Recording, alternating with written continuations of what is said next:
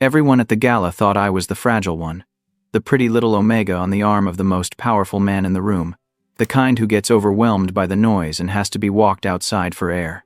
That is exactly what I have spent 2 years letting them believe, and my husband believes it most of all. So tonight, when a man came to kill Gunwoo, nobody looked twice at the trembling omega who slipped out of the ballroom to be sick. They should have. I came back with my hair fixed and my eyes wet. I let my husband wrap me in his jacket and promise me I was safe, and the man who came for him never left the building alive. Gunwoo has no idea that the delicate thing he keeps trying to protect is the most dangerous person he will ever touch. He is about to find out, and so are the people who made me. Before we dive in, let me know in the comments where in the world you're watching from.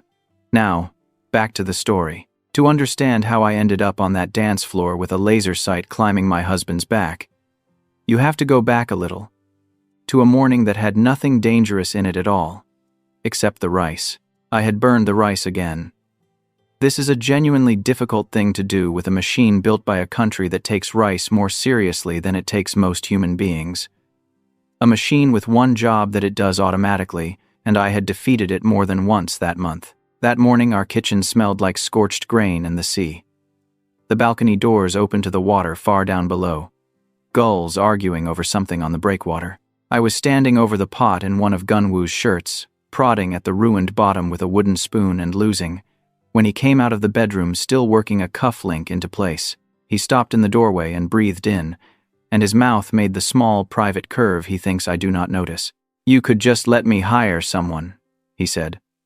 "A person who cooks. They exist. I have met several. I don't want a person who cooks. I want to make you breakfast." "You want to make me breakfast," he agreed, crossing the kitchen. "And I want to eat something that is not on fire. We are a household of dreamers." He took the spoon out of my hand, set it down, and turned me around by the hips so I was facing him instead of the pot, and that was the end of the rice as a topic. It is always the end of whatever the topic was. Once he decides to touch me, he is the one who reaches first, every time, and I have let him believe that is because I am shy. The truth is closer to the opposite. When you have spent your life keeping everyone at exactly the distance of your own arm, letting one person inside that distance on purpose is the bravest thing you learn to do, and I am still learning it every single morning. With him, he kissed me like there was nothing behind me I needed to watch. That is the part I could never explain to him, the part I will never explain to him, how strange and enormous it is to close my eyes with another person that close to my throat. His hands were warm and slow up under the borrowed shirt, one splayed flat against the small of my back, the other coming up to hold my jaw as you would hold something you were genuinely afraid of dropping. He tasted like the coffee he drinks standing up before he lets himself sit down. The chestnut in his scent went warm, then warmer, that low sweetness blooming under it, and my own scent lifted to meet his without my permission, and for once I let it. Cold pomelo, and under it something green and soft. Lily of the valley, the smell of flowers cut before they open. He drew back just far enough to chase it, his nose at the hinge of my jaw, breathing me in slow, like he had all the time in the world. "There it is," he said, low, against my skin. "There's my husband. You always smell like you've been somewhere I'd like to go. He does not know where I have been. If he did, he would not want to go there." I laughed, small and real, and pushed at his chest. And he let me push him because he always lets me. I am strong enough to put him on the floor of our own kitchen in under 2 seconds, and he will go to his grave believing he outweighs me by half and that this is what keeps me safe. Let him. It is one of 100 things I hold on his behalf so that he never has to. The knife was what undid the morning. In the end, he reached past me for the good paring knife on the magnetic strip, meaning to cut the one thing I had not managed to ruin, which was a pear, and his elbow caught the handle and knocked it off the strip. It came down point first toward the top of his bare foot. I caught it out of the air without looking. I did not decide to. My hand simply went. The way it has gone 10,000 times, closing around the spine of the blade a hand's width above his toes, and then I was standing there holding a knife I should not have been fast enough to catch, and Gunwoo was staring at my hand. "How?" he said slowly. "Did you do that?" "Do what?" I set the knife on the counter, handle toward him, edge toward me. Another old habit. My pulse had not moved. His had. I could smell it. The small spike of surprise going through his scent like a struck note. It almost got your foot.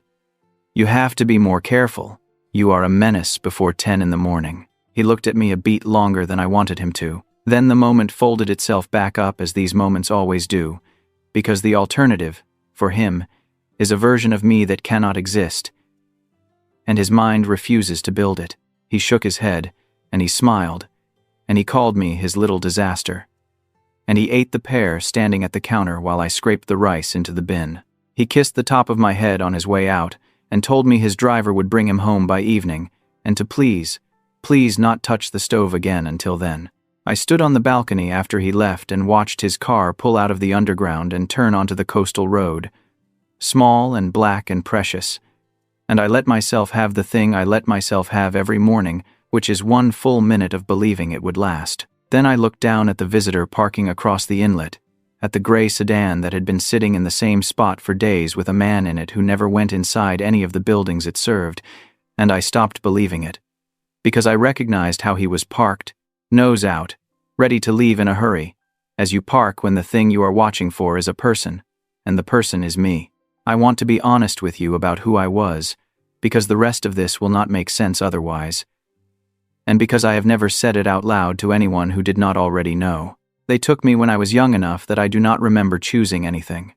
There was no family to miss me and no one to ask questions, which is the whole reason they take the ones they take. They fed me, and they taught me languages, and they taught me how a body comes apart and how to walk into a room so that later no one can agree on whether you were ever there. By the time I was old enough to understand that other people did not live this way, I was already the best they had at it. They called me Needle, because I was thin and because I went in clean and because, they liked to say, you never felt me until it was already done. For a long time I thought that was a compliment. For a long time I did not think about it at all, which is worse. I got out at 24, and getting out is not a thing that happens to people like me. You do not resign. You do not retire to the coast. The only exit anyone in that life ever takes is the kind that other people arrange for you. So I arranged something else. I spent a year quietly copying the things a careful man keeps hidden, the account trails and the names and the one recording that would end the old man who ran us if it ever reached the right desk, and I put all of it somewhere that would open on its own if I ever went missing or turned up dead. Then I sat across from Daesung, the old man himself, and I told him I was leaving, and that the price of leaving me alone was that nothing would ever surface as long as I stayed gone, truly gone, a ghost with no face and no name in any paper anywhere. He looked at me for a long time with those flat brown eyes that never blink quite when you expect them to, and then he said one word, which was, gone. And I understood it as both a permission and a warning. As long as I was no one, I was safe. The day I became someone again, the arrangement was over. I knew all of that when I married Gunwoo. I married him anyway. That is the most reckless thing I have ever done, and I have done a great many reckless things, and it is the only one I would do again. We had been careful. A quiet ceremony. No press. My name kept off of everything. But a man like my husband does not get to be fully invisible. And someone at a lifestyle magazine decided that the notoriously private chairman of the Marisol Group, whose hotels line half the Busan coast, taking a spouse was worth a small feature, and there was a photograph. Just one. Him laughing, me half turned away, my face soft and blurred at the edge of the frame. Blurred, but there. A careful person could enhance it, and a careful person clearly had. So when I went down to the gray sedan that afternoon, I already knew what I would find, and I found it. He was young, younger than I had been when I left, and he had my old employer's tells all over him, the cheap watch worn on the inside of the wrist, the phone with the back half unscrewed. He was not there to hurt anyone yet. He was there to confirm, to point the camera and match the face and send it up the line and wait for instructions. He never saw me approach the passenger side. He never got to send anything. I did not kill him. I want that on the record, because of what people assume about me and because of what comes later. I only needed the phone, and the name of who he reported to. and a few quiet minutes to make certain he would wake with no clear memory of the day and a strong instinct to be in another city by nightfall. Then I wiped the door handle, and I walked back across the inlet to my building, and I bought a bag of the expensive tangerines Gunwoo likes on the way, so that when he came home there would be fruit in the bowl and a husband on the couch in soft socks and no gray sedan, and no reason on earth for him to be afraid. That is the arrangement I made with myself that day. Standing in the elevator with the tangerines and the stranger's phone in the same bag, Gunwoo would keep his ordinary life. He would keep believing he had married a person who burned rice and cried at videos of dogs being reunited with soldiers, which I do, genuinely, every time. And I would stand between that life and the thing coming for it, quietly, the way I stand in every doorway, and he would never have to know that the reason he stayed safe was that he had married the one person the old world was most afraid of. It held for a little while. It held long enough that I let myself get comfortable, which is the mistake I keep promising myself I will stop making. The break in what held came on a Tuesday, while Gunwoo was in Tokyo for a couple of nights and I was alone in the apartment, which meant I could stop performing and simply sit by the window with the lights off and watch the building across the water, which I like to do. That is how I saw them come up the service stair, 2 of them, moving well. They were not there for confirmation this time. They had come to take a look inside my home, to learn its shape, maybe to leave a small surprise in it for later. They found the shape of it. All right. I let them get all the way to the entry hall before they understood the apartment was not empty. And by then, it was a very bad place for them to be. I was gentle about the cleanup, relatively. No one died in my husband's home. I have rules about that. Rules I made the day I moved my one small bag into his enormous closet and hung my 2 shirts next to his many. But I could not make the evening vanish entirely, because the door frame had splintered where the first one went into it, and I am good, but I am not a carpenter, and Gunwoo came home a day early because he missed me and walked straight into a repaired frame that did not quite match the paint. Someone tried to get in, he said. He had gone motionless in the doorway, his bag still in his hand, and his scent had changed, the cocoa gone, something colder coming up under the oak moss, the smell of an alpha deciding to become a problem for whoever threatened his nest. Suho. Someone tried to get into our home while you were here alone.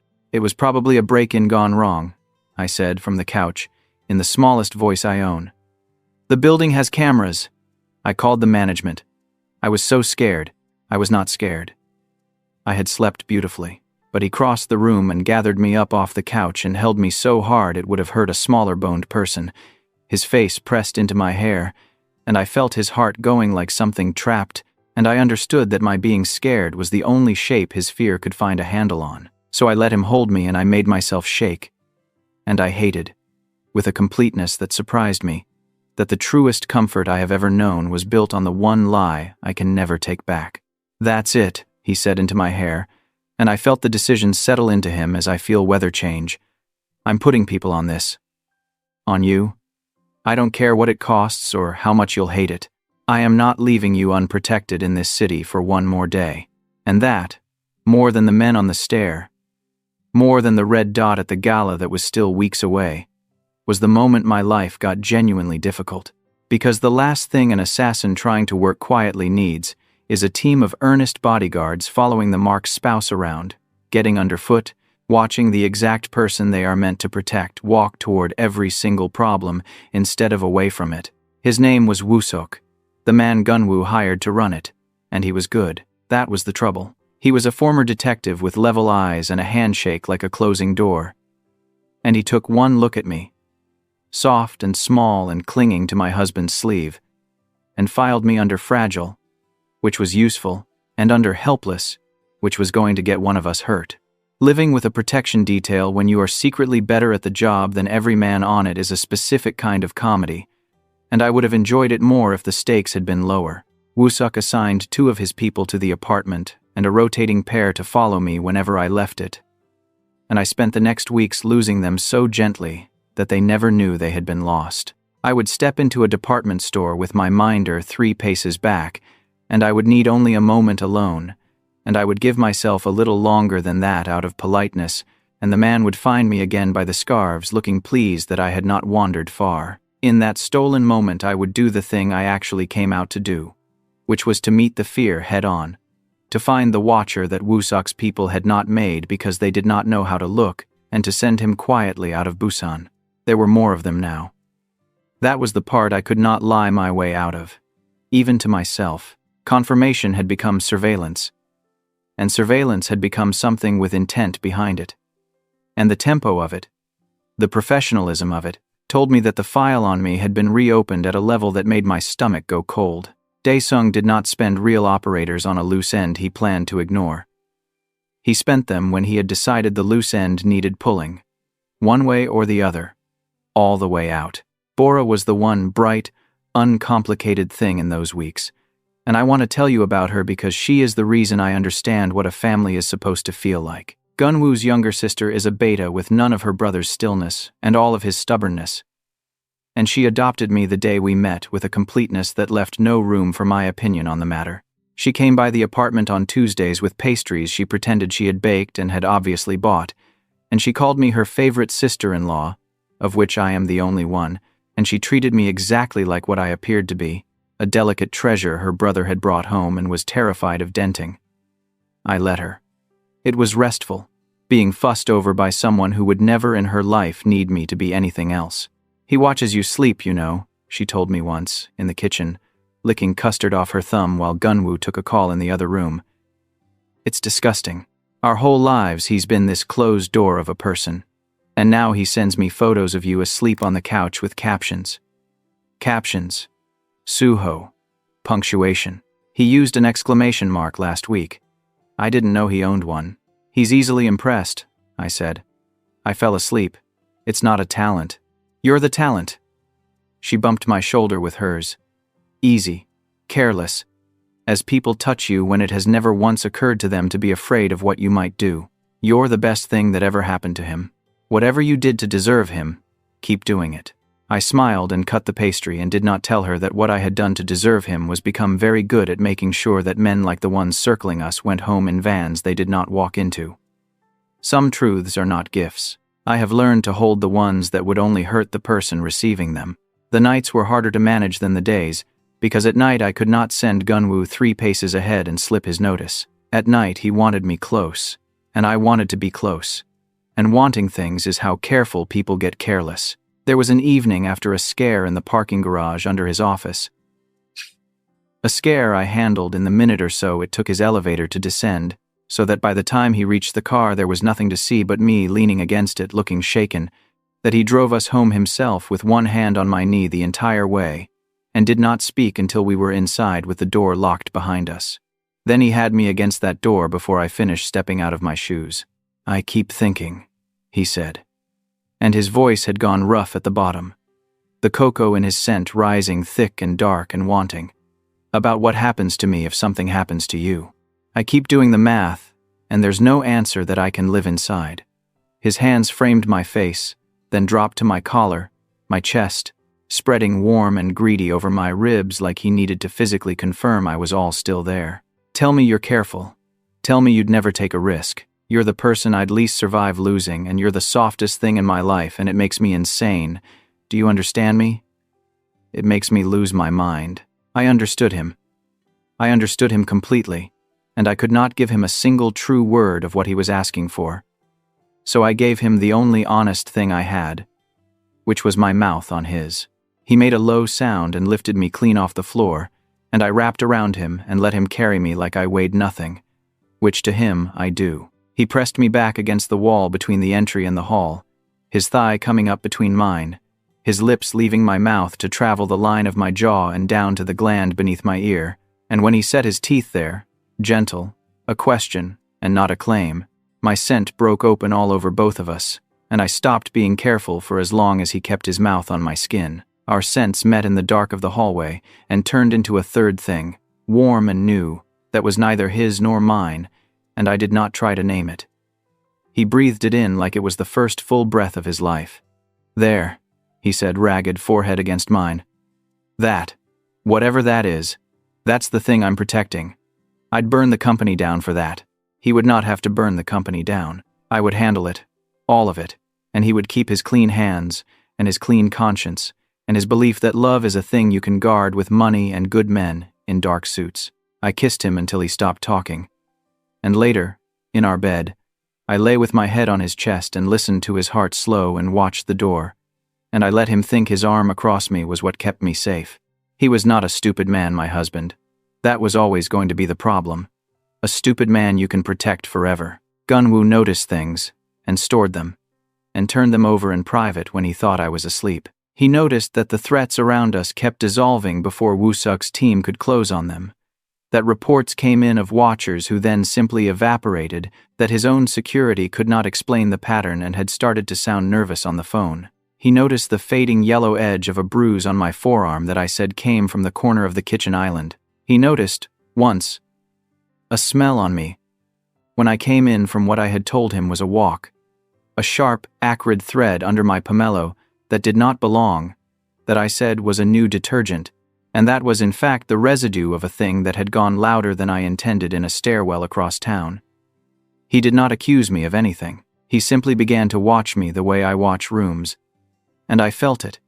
And it frightened me more than Daesung's operators did, because I did not know how to send my own husband quietly out of the city. One night I woke because he was awake, sitting up against the headboard in the dark, looking at me with an expression I could not read even with all my training. And when he saw my eyes open, he said, very quietly, "You can tell me, whatever it is, whoever has their hooks in you, whatever they're making you do, whatever you're so afraid of that you'd rather carry it alone than hand me a piece of it. You can tell me, and I will make it stop, and I will not think less of you. Not ever. There is nothing you could say." He thought someone was hurting me. He thought I was the one being cornered, the frightened Omega with a secret handler, and he was reaching to save me from it.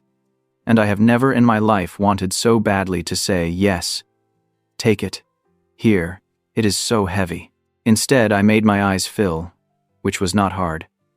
And I said, "There's nothing. I promise. I'm just tired." And I watched him decide to believe me for one more night, and I felt the ground we stood on get thinner by another inch. The gala was that weekend. Neither of us knew yet that it was the night the whole careful arrangement would come apart, but I felt something as we dressed for it. A wrongness in the air, the kind of feeling I had learned a long time ago not to ignore, and I very nearly told Gunwoo I was too unwell to go. I should have.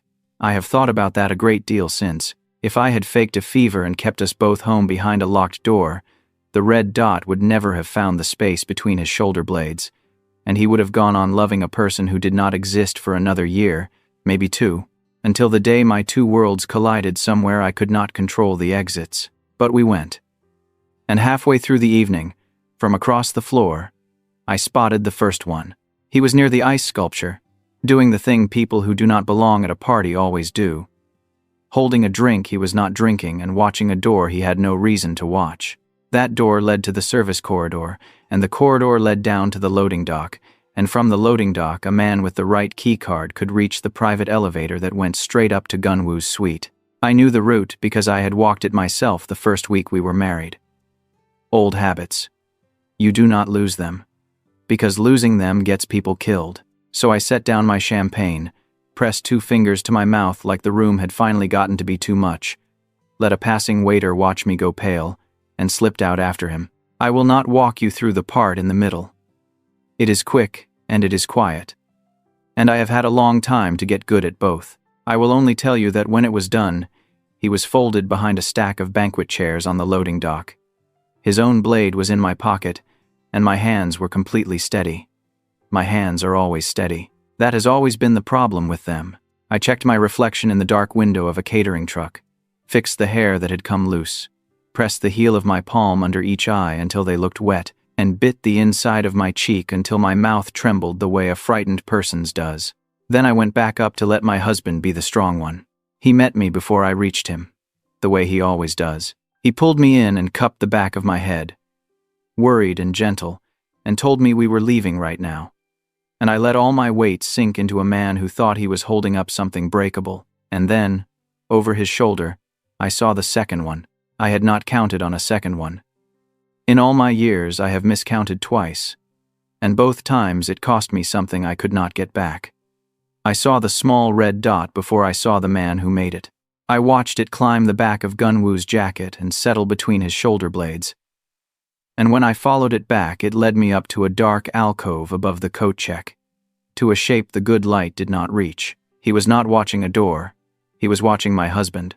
So I used the only weapon nobody in that room believed I had, which was their certainty that I was helpless. I let my knees go, not a graceful feint, a real drop, the kind an overwhelmed little Omega folds into when a long night finally becomes too much. Gunwoo did what love made him do. He caught me and turned to shield me, and that turn pulled the soft place between his shoulders out of the light and put a marble pillar behind us, and the shot never got its clean second.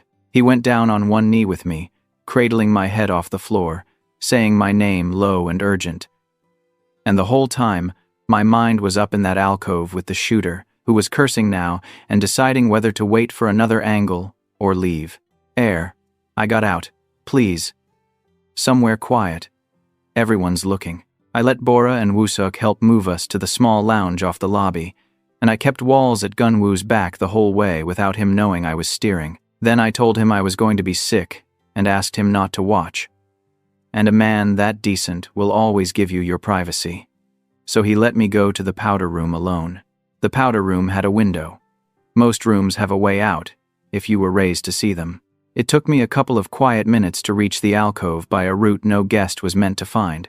He was still up there deciding when the decision got made for him. He was good, better than the ones before, and he got a hand up and half a word out. And the half a word was my old name, said like a slur by a man who had been sent to clean up someone he was once told to admire. He said needle, and then he said nothing else.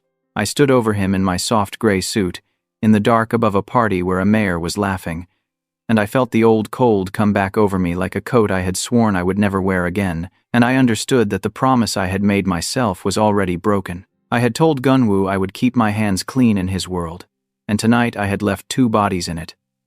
The second still warm in the alcove above the coat check at my husband's own hotel.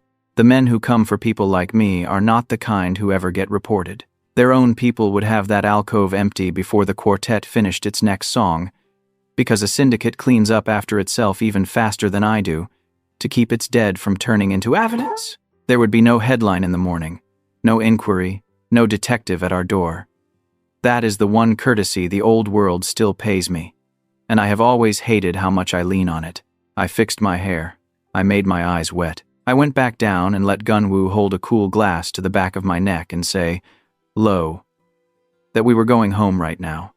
And I shook in his arms, and this time, I did not entirely have to pretend, because a thing had woken in me that night that I had spent these years starving to death, and it was not going back to sleep quietly. The fever started in the car.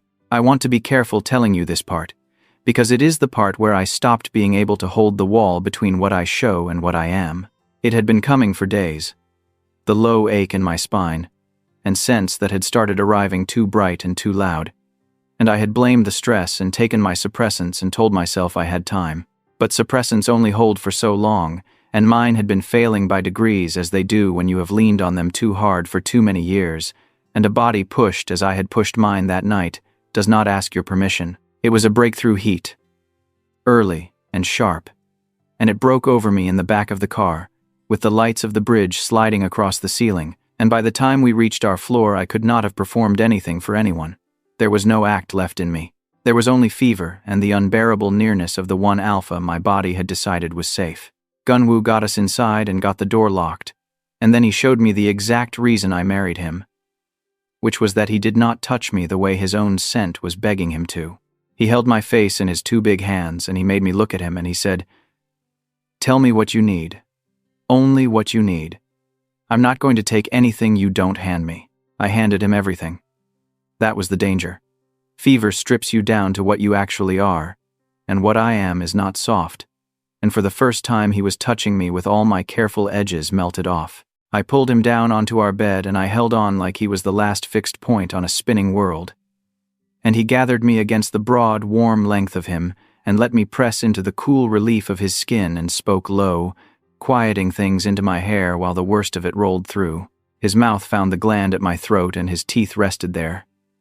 That same question he never once turned into a claim without my yes, and a sound I did not recognize came out of me, and I arched into him, and my scent poured off of me in a way it had never been allowed to. The pomelo and the cut green flowers and threaded all the way through it now. Thick and unmistakable. The sharp metal smell of gunpowder and cold steel. The smell of what I am. He breathed it in with his face buried in my neck, and I felt him go quiet against me. That alert quiet I knew from my own work, a mind catching on something and holding it. I was too far gone to stop my own mouth. That is the only excuse I have. Somewhere in the long, fevered dark of it, with his heartbeat under my ear and his hands moving slow and reverent down my spine, I said things. I said I had watched him for a week before I ever let him see me. That first winter, and that he never knew. I said I had cleared the room before he walked into it. Every room. Always.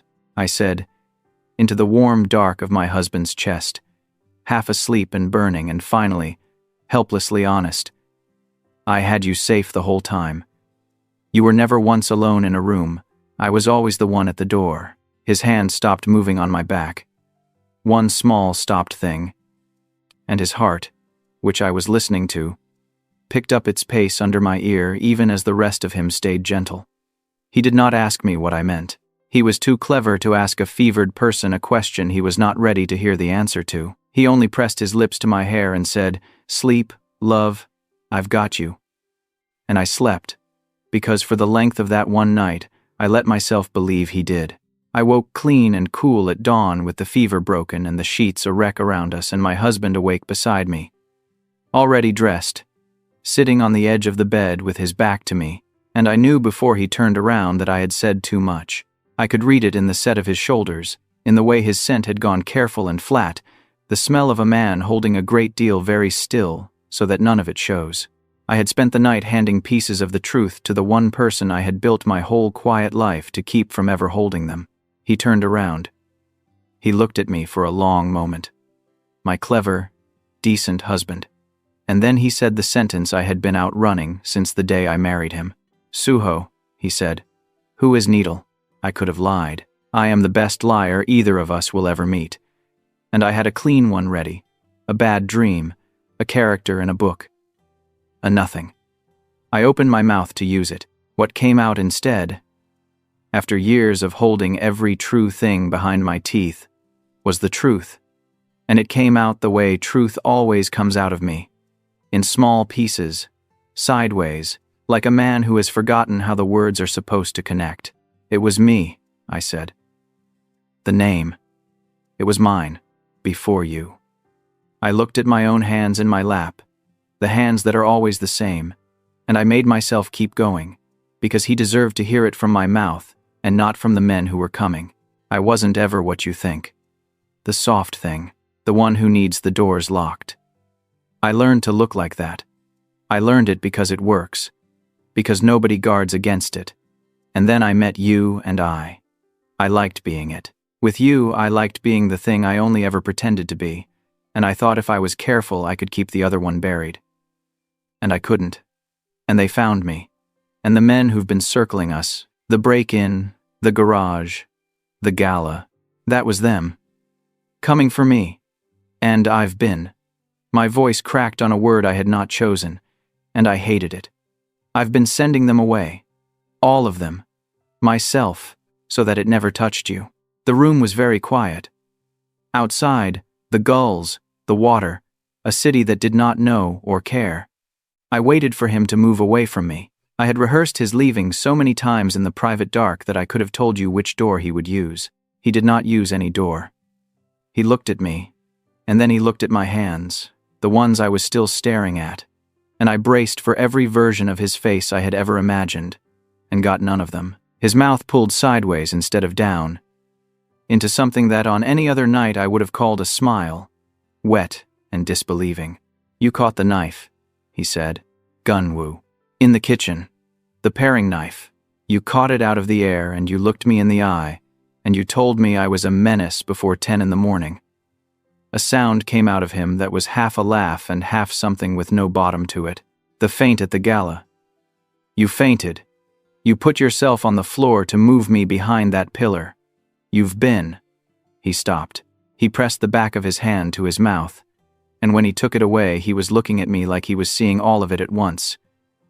Rewound and replaying with the truth switched on, every locked door and steered path and steady hand, and what was in his face was not fear of me. I have spent my life reading what a face does in the second before it goes blank, and I know fear better than I know my own name. And this was not fear. His eyes had filled, and he was looking at me the same as he looks at me when I cry at the dog videos, as though I had just done something unbearably dear and about to break, and his mouth kept starting a word and losing it. "You enormous idiot," he said, very softly, and his voice broke clean in half on the second word. "You beautiful, terrifying, ridiculous person. You've been carrying all of it alone. In our home, in our bed. You'd wake up in my arms and go out and put your body between me and men who kill for a living and come back and let me hold a glass of water to your neck and call you fragile." He reached out, slow, giving me every chance to stop him, and he took both of my always steady hands in his two shaking ones. And that was when I understood that my husband's hands were the ones trembling, and mine were not, and that this was the exact shape of everything wrong between us. "Why didn't you tell me, Suho? Why would you let me believe I was the one keeping you safe?" "Because you loved it," I said, before I could stop it. And it was the cruelest, true thing I have ever said, and I could not call it back. You loved being the one who protects me. It's the best part of you. I wasn't going to take it away and hand you the truth instead. The truth is worse. The truth is that you married a weapon, and I let you think you'd married a person who needed one. You are a person. He said it hard. The closest to anger I had ever heard him come. And the anger was not at what I was. It was at me for the arithmetic I had done with our marriage. You are the person. Do not ever let me hear you call yourself a thing again. There was more, and I made myself give him that too, the practical shape of it, because the wall was down now, and a man who has just learned what his husband is deserves the whole map, and not only the part with feelings in it. So I told him how a person like me buys his way out of a life that has no doors, which is that you spend a year copying the things your master keeps hidden and you build yourself a reason to be left alone. I told him about the recording, the one that ends Daesung the day it reaches the right desk, and I told him it had kept me safe for years and could do nothing for me now, because it only pulls if I die or drop off the earth without a word, and a man who walks back to his masters on his own feet is neither dead nor missing. Going home would seal it exactly as it had always been sealed. That was the trap of it. The one weapon I had ever built for myself could not touch the choice they were about to make me make. And because I had stopped keeping things from him, I told him the last thing, the one I had never said to a living soul. I told him where it lived. He listened to all of it without a word, and I did not understand until the doc that he had not only been listening, he had been doing what he does with every problem that lands on his desk, which is turn it over until he finds the edge of it that can be used. We might have found our way through it that morning, the two of us, given a week and a locked door and the long, slow work of him learning all of me. We were not given a week. We were given until that evening, because the bodies I had left were confirmation of a different kind. Word had already gone up the line that Needle was alive and working again, in a city with his real face in a magazine and a rich husband to lose, and that is the one thing the world that made me has never been able to forgive. It was never the killing, which was only ever the job. The sin is letting yourself be found, and worse than found, letting yourself keep a thing that someone can take. The men at the gala had been the old way of making certain of it, the way you flush a hidden thing by reaching for what it guards. And I had answered them exactly as they hoped, with 2 bodies and a signature that only one man in the world leaves. After that, killing my husband made no sense to them. A dead husband is grief, and grief fades and sets you free. A living one is a leash. So Daesung stopped hunting me the hour he understood he could simply call me home, because the thing he had spent my childhood trying to burn out of me had grown back, and it had my husband's name. Sunghoon came at dusk. He came the way I would have come, which is why I felt him before the buzzer. A wrongness I had learned never to argue with, and I put Gunwoo behind me in the entry out of pure habit before I understood who it was on the small screen, my old partner. The one they paired me with when we were both boys, before I was Needle and he was whatever they call him now. He had aged into the work as I would have if I had stayed, and his scent came through the door ahead of him. Diesel and cold rope, the smell of the docks, and the men who work them before the sun comes up, and it took me back so hard and so completely that for a moment I was a boy again, and this was the only person in the world who knew my name. "They sent you," I said, when he was inside, when Gunwoo was a silent, tense weight at my shoulder that Sung-hoon had already measured and dismissed. "That's almost kind of the old man. He thought you'd kill anyone else on sight." Sung-hoon's eyes moved over the apartment. The pastries under the glass dome, the soft socks by the couch, the whole tender disguise of my life, and I watched him understand it, and I watched him hate that he understood it. "You look well, Needle. You look happy. It's disgusting." He said it almost the same words Bora had used, and I hated that the two of them had found the same ones. "You broke the terms. You know you broke the terms. Your face is out. The recording doesn't protect you anymore, because you're not a ghost anymore. You're a man with an address and a spouse and a sister-in-law who buys pastries on Tuesdays." He let that sit, so I would know they knew about Bora, so I would know exactly which throats they had their hands near. "He wants you home. That's the offer. And it's a generous one. And it's the only one. You come back and you go back to work, and everyone you've been playing house with gets to keep breathing. Or you stay, and we take the house apart around you, starting with the pieces you'd miss." Gunwoo started to speak. I did not let him. I put my hand flat against his chest. One time. Our old private signal for wait, though he had never known it was a signal, and I felt the words die in his throat. And I did the math, which is the thing I have always been best at, better than the knife, better than the quiet. I ran every branch of it. I ran the version where we fight, and Bora is a name in a file, and Gunwoo's decency is a liability I cannot armor. I ran the version where we run, and spend the rest of our lives running, and I watch my husband learn to sleep facing the door. And I ran the version where I go, and it holds, and Gunwoo gets to keep the ordinary life he thinks he built, minus the one dangerous thing that came attached to it, which was always, only, me. I have made a lot of hard choices with these hands. That was the hardest, and I made it in the space of a few breaths, standing in my own doorway with my husband's heart going wild under my palm. "Give me the night," I told Sung-hoon.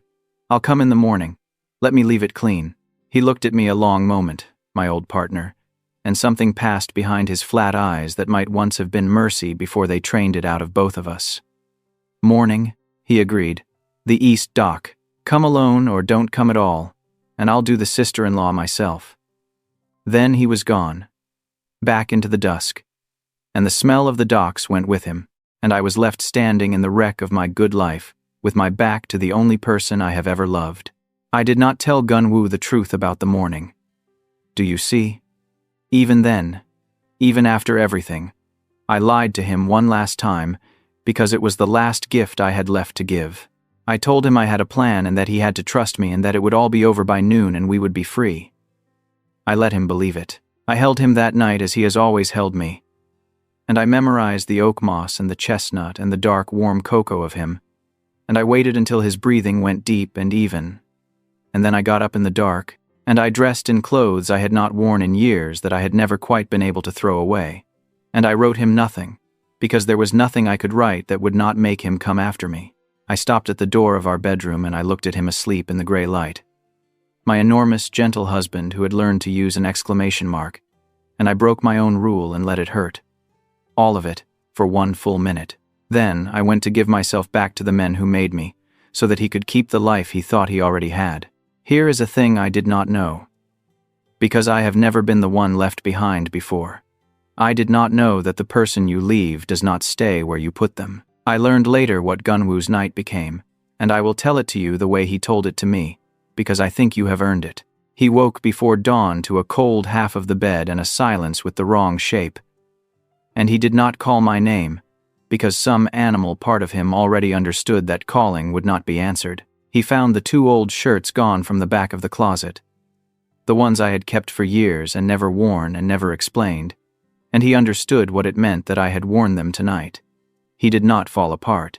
My husband is not a man who falls apart when there is a thing to be done. And that is the quality of him I had spent our whole marriage underestimating, because I had needed him to be soft so badly that I had convinced myself soft was all he was. He called Woosuk while it was still dark and told him everything.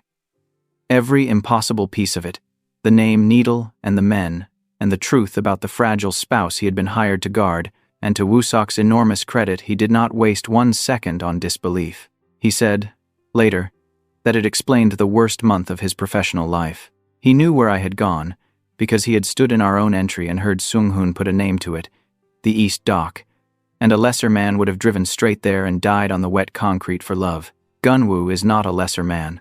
Before he came after me, he did what I had not planned for, what a ghost would never think to do and a chairman does before breakfast. He spent what was left of the night turning himself into a threat the old man could not simply erase, because I had given him the recording, not the thing itself, that morning, but the whole truth of it, and at the very end of the truth, the place where it was hidden. And Gunwoo, lying awake beside me while I thought he slept, had understood something about it that I, in all my careful math, had missed. The switch was only worthless as long as the person holding it was a ghost. A ghost you can starve out.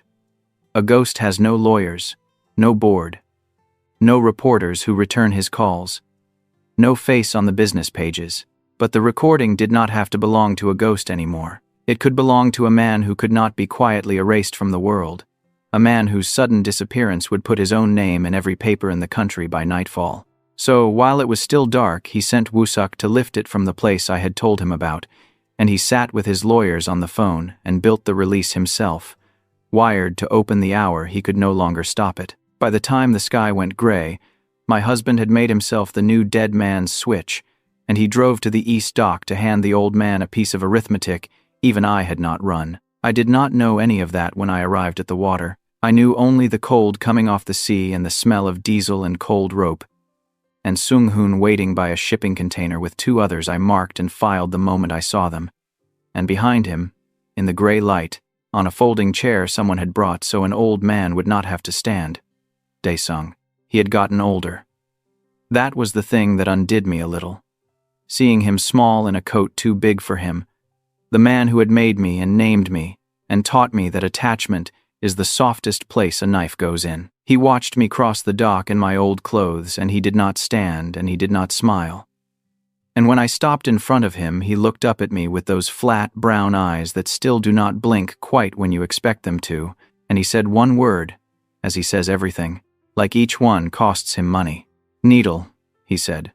The flat way you say a name you are certain still belongs to you. I'm here, I said. Alone, like you asked. Let the boy call off the sister-in-law and I'll come back in. And it's finished. And nobody touches the life I'm leaving. Nobody touches it, Dae-sung said. Because there is nothing in it worth touching, once you are gone. He studied me for a while. A weapon does not get to keep things. You knew that once. For a moment the old man only looked tired. Come home, Needle. Put the soft one down. He lives if you do. And I believed him. That is the part I need you to understand. Standing on that dock, I believed that this was the best ending I was allowed, that I was a thing that did not get to keep things, and I took a breath to say yes. And that was when a car door closed behind me, loud and unhurried and completely wrong for a man arriving at his own execution. And my husband's voice came across the water saying, "That is a remarkably bad offer, and I am here to make a better one." Note. I turned around, and Gunwoo was walking toward us across the dock in his good coat, with Woosuk 2 steps behind him, and no gun anywhere on either of them, walking into a nest of professionals armed with nothing but a phone in his hand and that enormous calm of his, and I have killed men to protect that walk, and for a furious breath I could have killed him for it myself. You should not be here, I said. I heard my own voice come out wrong. You don't know what these men are. I know exactly what they are. He did not look at the men. He looked at me. Only at me. The whole time. As if the others were furniture. They need you to be no one. That is the whole hinge of it. He let you go on the condition that you disappeared, and he wants you back now because you stopped. He finally turned to the old man on the folding chair, and my mild, doting husband, who cries when I cry, looked at the man who made me with an expression I had never once seen him wear at home. So here is a better offer. The recording that ends you does not belong to a ghost anymore. It belongs to me, and I cannot be made to vanish quietly. I am the chairman of the Marisol Group.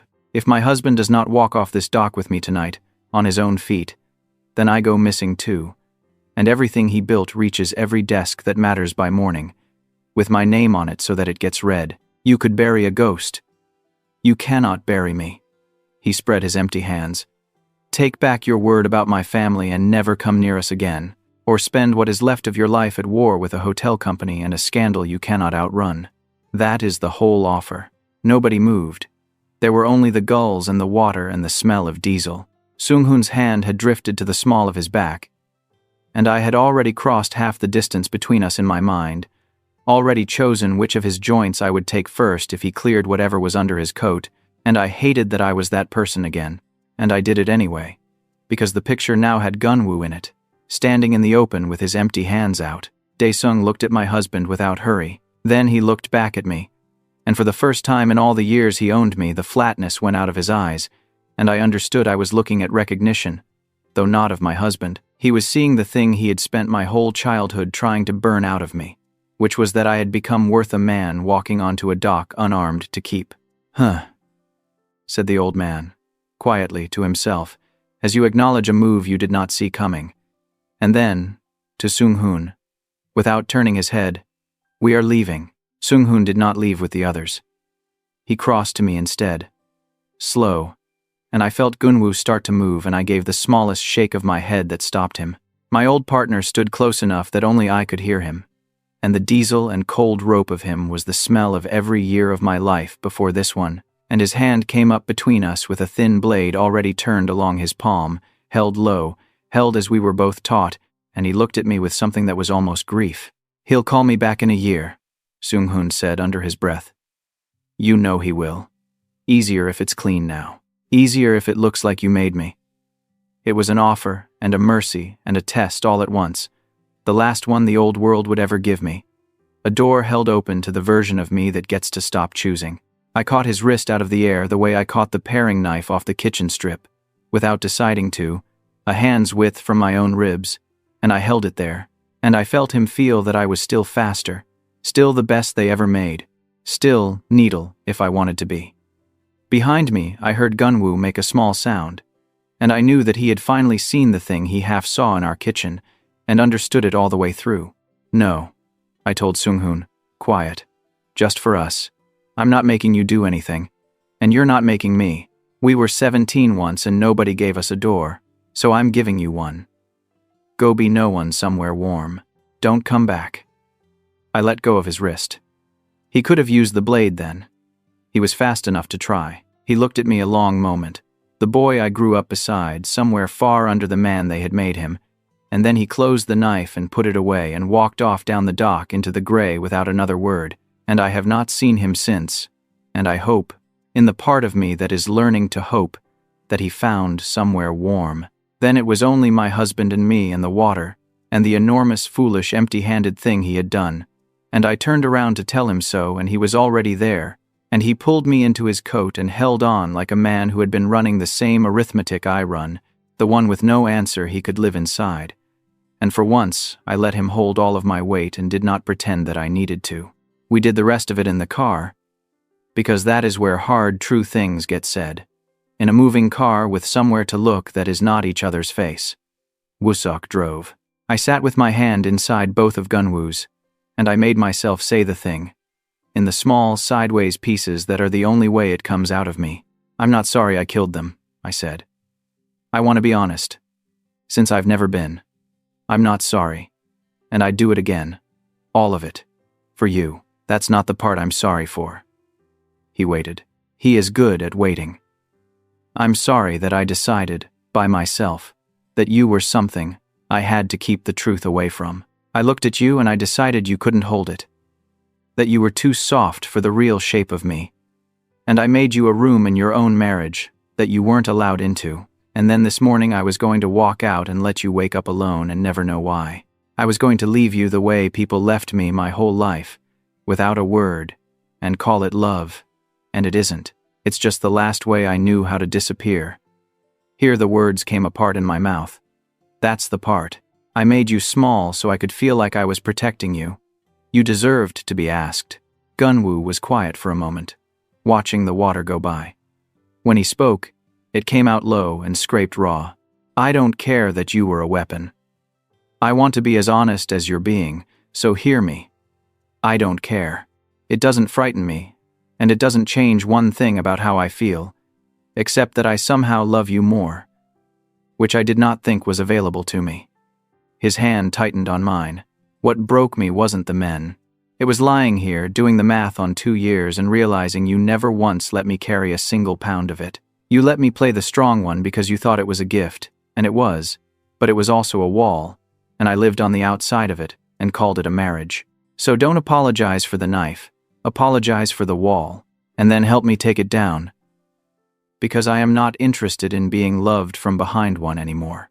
The wall's down, I said. It's down. I don't know how to live with it down. You'll have to be patient with me.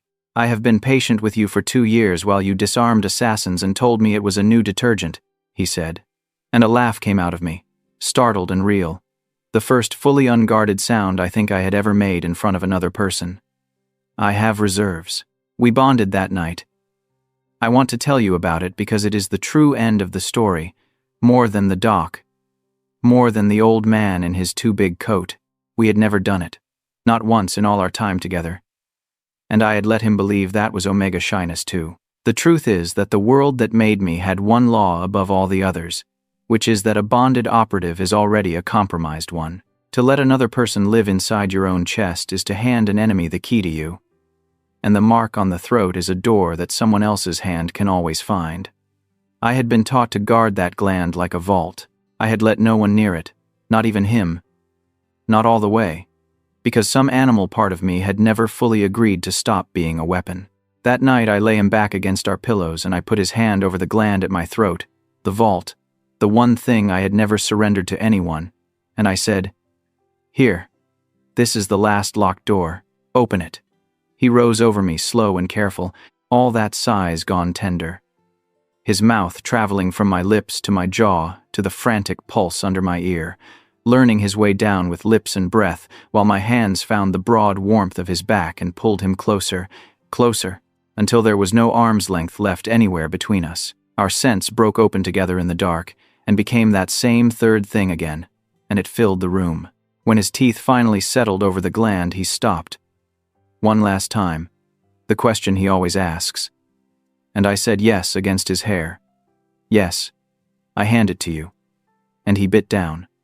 And the bond took, and everything in me that I had held shut my whole life came open and let one other person all the way in. And I felt him. That is the thing nobody who has not been bonded can be told. I felt his love come across the new bond. Huge and helpless and warm. And under it, folded small, I felt his fear, the one he had carried all night on the dock and never shown me, and I understood at last what I had done to him all that time by never letting my own fear cross to him. He would feel me now. Every time I was afraid, every time the old cold tried to slide over me, he would feel it arrive, and I would never again be able to carry a thing alone and call it a gift. The vault was open. He lived in my chest now, and I in his. And I have never felt anything as much like safety as the moment I finally let myself be found. It has been a while now, and I will tell you how it turns out. Because you stayed for the whole thing, and you have earned the soft part. I still burn the rice. Gunwoo has accepted this as a fixed feature of his existence, the same as you accept weather. We still live above the water in Marine City, and I still walk every building before he puts his body inside it. But now he knows I am doing it. And sometimes he takes my hand while I do it, which slows me down and is worth it. Bora still comes on Tuesdays with pastries she pretends she baked. And she still does not know. And I intend to keep it that way for the pure pleasure of watching her try to teach me self-defense in the kitchen, holding my wrists and telling me to imagine I am strong. Woosuk knows. And Woosuk has never fully recovered. And he has stopped assigning me a minder and started, I think, quietly assigning one to the men who might one day be foolish enough to come near me. In public, I am still the delicate omega on the powerful alpha's arm. Because it is useful, and because, if I am honest, I like it. I like being small against his side in a loud room. I like the way people forget me. Only now, when I lean up to whisper that I need some air, my husband looks down at me with a private, wicked warmth in his eyes, and he knows exactly what kind of air I mean. And he squeezes my hand once, our old signal, and he lets me go handle it, and he waits for me to come back. And he never once mistakes the trembling for weakness again.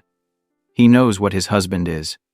He married it on purpose. He would do it again, and so would I. And that is the only ending either of us ever needed to be allowed. The end. Thank you for listening. If you enjoyed the story, tell me your thoughts in the comments. I'd love to hear from you.